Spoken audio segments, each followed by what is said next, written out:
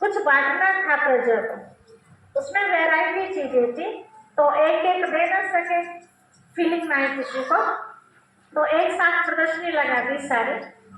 Time fix कर दिया, इतने बजे दरवाजा खुलेगा, नगर में ऐलान करा दिया। सब तैयार हो गए, बड़े खुश हो गए कि भाई देखते हैं राजा ने क्या क्या रखा, हमारी पसंद की चीज होगी हम ले लेंगे। ऐसे ही हुआ, जनता उमड़ के पड़ी, भाग भाग के किसी ने किस चीज को हाथ लगाया, किसी ने किस चीज को, और कहा राजा ने वो वहां खड़ा रहे जो जिस चीज को हाथ लगाएगा, क्योंकि राजा को देनी थी ना वो चीज उनको।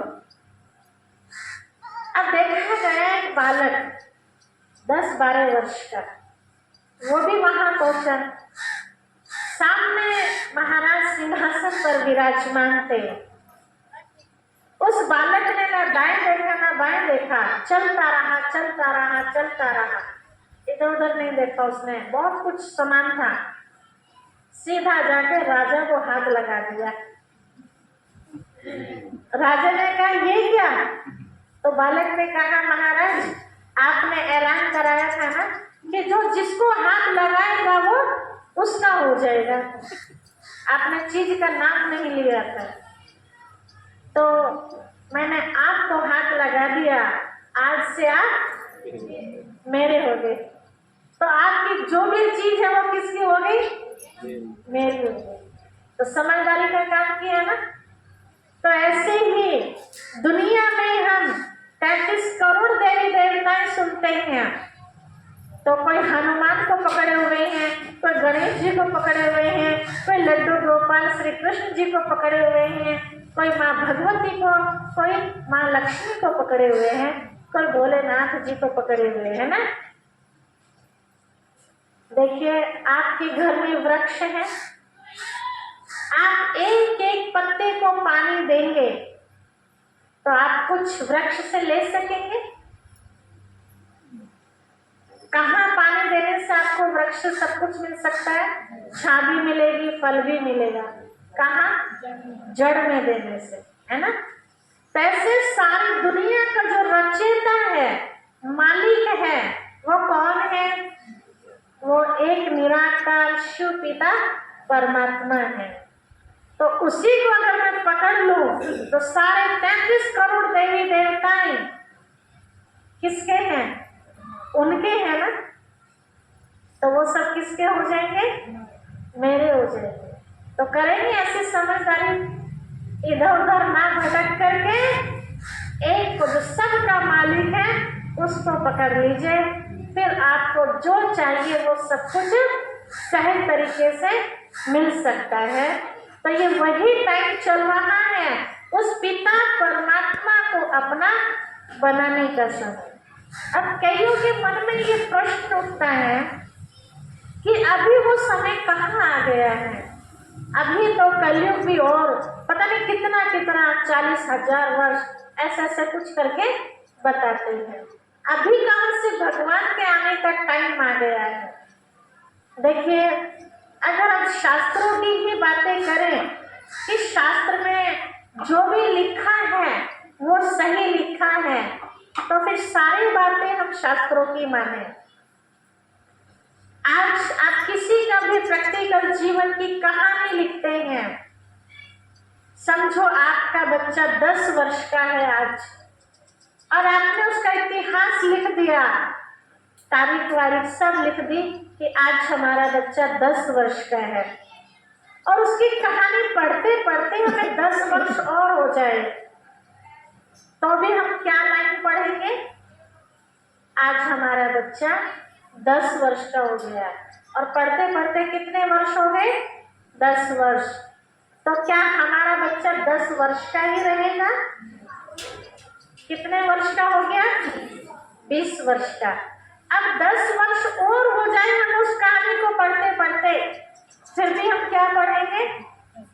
वही लाइन पढ़ रहे हैं ना कि आज हमारा बच्चा 10 वर्ष का, लेकिन बच्चा कितने वर्ष का हो चुका? 30 वर्ष का। उसमें तो लाइन नहीं बदली ना।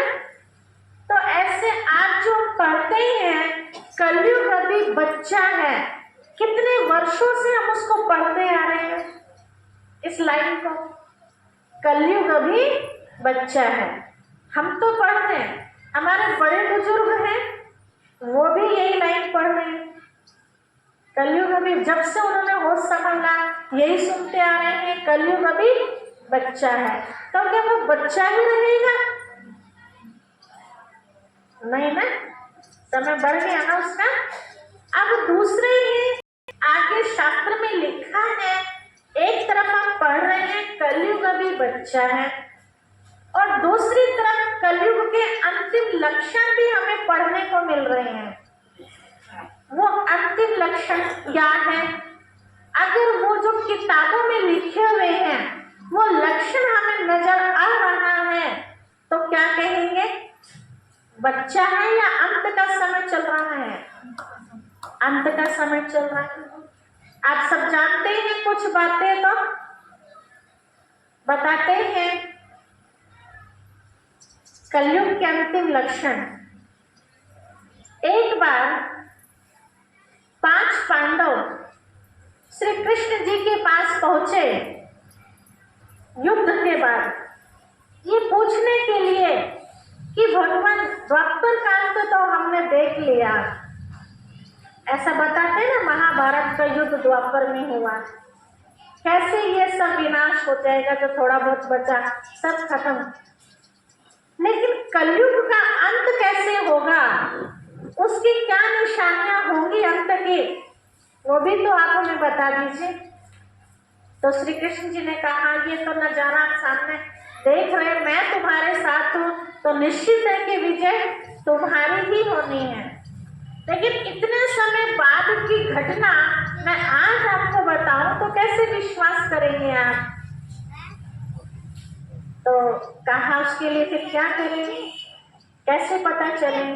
तो बहुत सरल रास्ता कृष्ण जी ने बताया कि आप 5 भाई हैं, दिशाएं कितनी होती हैं? दिशाएं कितनी होती हैं? 4। नींद आ रही है कुछ को? नींद आने वालों से अनुरोध है, पीछे नल है, थोड़ा आंखों पे छपकी लगा के आ जाएंगे, ठीक है? नहीं तो ये नींद का माहौल फिर क्या हो जाएगा, सारे में फैल जाएगा और सारी पार्वतियां सो जाएंगी, ठीक है? फिर ये अमर कथा का लाभ होगा, इसलिए ध्यान रखिए, ठीक है? तो कहाँ तक पहुंच गई थी मैं? 4 दिशाएं होती है, पूर्व पश्चिम उत्तर दक्षिण। भाई थे 5, तो कोई इस कोने कोई इस कोने, ऐसे 5 तरफ कहा आप निकल जाइए, चलते रहिए, जहां पर आपको कोई आश्चर्यजनक बात नजर आए वहां से वापस लौट के आना, उससे पहले वापस लौट के नहीं आना, चलते जाए। बोला ठीक है। 5 भाई निकल गए अपने अपने रास्ते पर। 5 ने अलग अलग अजीब तरह के दृश्य देखे और वापस लौटकर श्री कृष्ण जी को बताया। क्या बताया? जब बताया तो उन्होंने कहा, जब इस तरह के नजारे दुनिया में दिखने लगे तो समझ जाना कि कलयुग का अंत आ चुका है। अब वो नजारे कौन से थे वो ध्यान से सुनिए और दोनों का मिलाप करते रहना कि वो जो दिखा वो वर्तमान समय है या नहीं है, ठीक है? बहुत ध्यान देने वाली बातें हैं। पहला, युधिष्ठिर जी से पूछा आपने क्या देखा? तो उन्होंने बताया, भगवान मैं सामने से एक 2 सूंड वाले हाथी को आते हुए देख रहा था। कितने सूंड होते हैं हाथी के? 1। उन्होंने क्या देखा? 2। तो अचंभे वाली बात हो गई ना। तो कहा, जब आपको 2 सूंड वाले दिखने लगे तो समझ जाना अंत आ चुका है। अब कहीं नजर आते 2 सूंड वाले हाथी? नहीं आते ना। चलिए हम आपको दिखाते हैं वो हाथी कौन है। महाभारत देखिए, किसने हाथ खड़ा करे जरा? वो या बीच बीच में से कहीं कहीं मिस हो गई होगी, है ना। चलिए, हो सकता है वो दृश्य आपने देखा हो जो मैं आपको बताने वाली हूँ। महाभारत में एक अश्वत्था नाम का व्यक्ति था, द्रोणाचार्य का पुत्र, है ना। एक अश्वत्थामा नाम का हाथी भी था। किसे पता है? उनको पता है ना। तो जिस समय वो मारा गया, कौन? द्रोणाचार्य का पुत्र। अब सबको पता था कि युधिष्ठिर जी झूठ नहीं बोलते, है ना। तो उन्हीं से पूछा गया, तो वो आवाज दबाने के लिए उन्होंने झूठ भी नहीं बोला तो सत्य भी नहीं बोला, केवल क्या कहा? अश्वत्थामा मारा गया, बस इतना कहकर बात दब गई।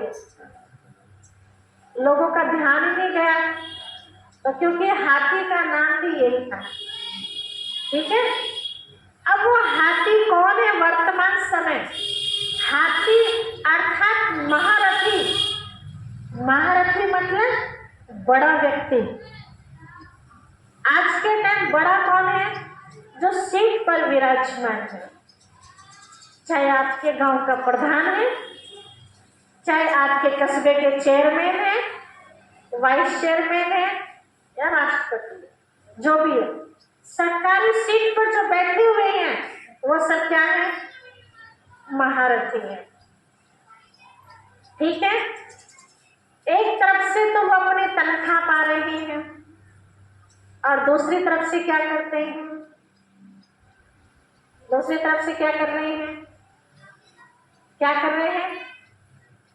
क्या कर रहे हैं? वो रिश्वत भी ले रहे, है ना। तो कितने सूंड हो गए उनके? ये है 2 सूंड वाले हाथी। दुनिया में नजर आ रहे हैं या नहीं? चलो सरकारी सीट वाले तो छोड़ो, आजकल प्राइवेट वाले भी। कहीं अच्छे स्कूल में आप अपने बच्चे का एडमिशन दिलाने जाओ, पता चला कि सीट पूरी हो गई, लेकिन अलग से लिफाफा पकड़ा दो तो सीट आ गई, है ना।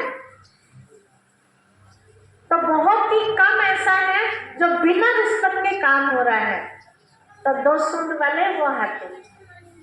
दूसरा, अर्जुन ने बताया कि एक बहुत सुंदर पक्षी था जिसके पंखों पर बहुत सुंदर सुंदर ज्ञान की बातें लिखी हुई थी, लेकिन उसके चोंच में मांस का टुकड़ा था। अब ये सीन देख करके भी बहुत अजीब सा लगा। पंखों पर क्या लिखा हुआ है? ज्ञान, कितनी सुंदर सुंदर बातें, और मुंह में क्या है? मांस का टुकड़ा। तो कहा जब ऐसा दिखने लगे तो समझ जाना। अब पक्षी कौन है? वो हम सब क्या है? आत्मा। पक्षी तो है ना, कभी यहाँ कभी वहां कभी वहां। आज संसार में हम देखते हैं जो अपने आप को ये समझते हैं कि हम समाज को सुधारने के ठेकेदार हैं। हम आम जनता की बात नहीं कर रहे, और ठेकेदारों की बात कर रहे हैं जो कहते हैं समाज सुधारक है। आप उनका प्रैक्टिकल जीवन देखिए कैसा है, उनका खान पीन कैसा है। शास्त्रों की पोथी तो बहुत पढ़ लेते हैं, लेकिन प्रैक्टिकल कितना है? दुनिया में बताते हैं कि रावण सबसे बड़ा ज्ञानी था, लेकिन उससे बड़ा राक्षस भी कोई नहीं था। तो वो ज्ञान किस काम का हमारा, जो किसी को हम सुख न दे सके? वो ज्ञान किस काम का जो हर कदम हमारे अधर्म की तरफ बढ़ रहे हो? तो ऐसे कितने हैं संसार में आज? कितने हैं?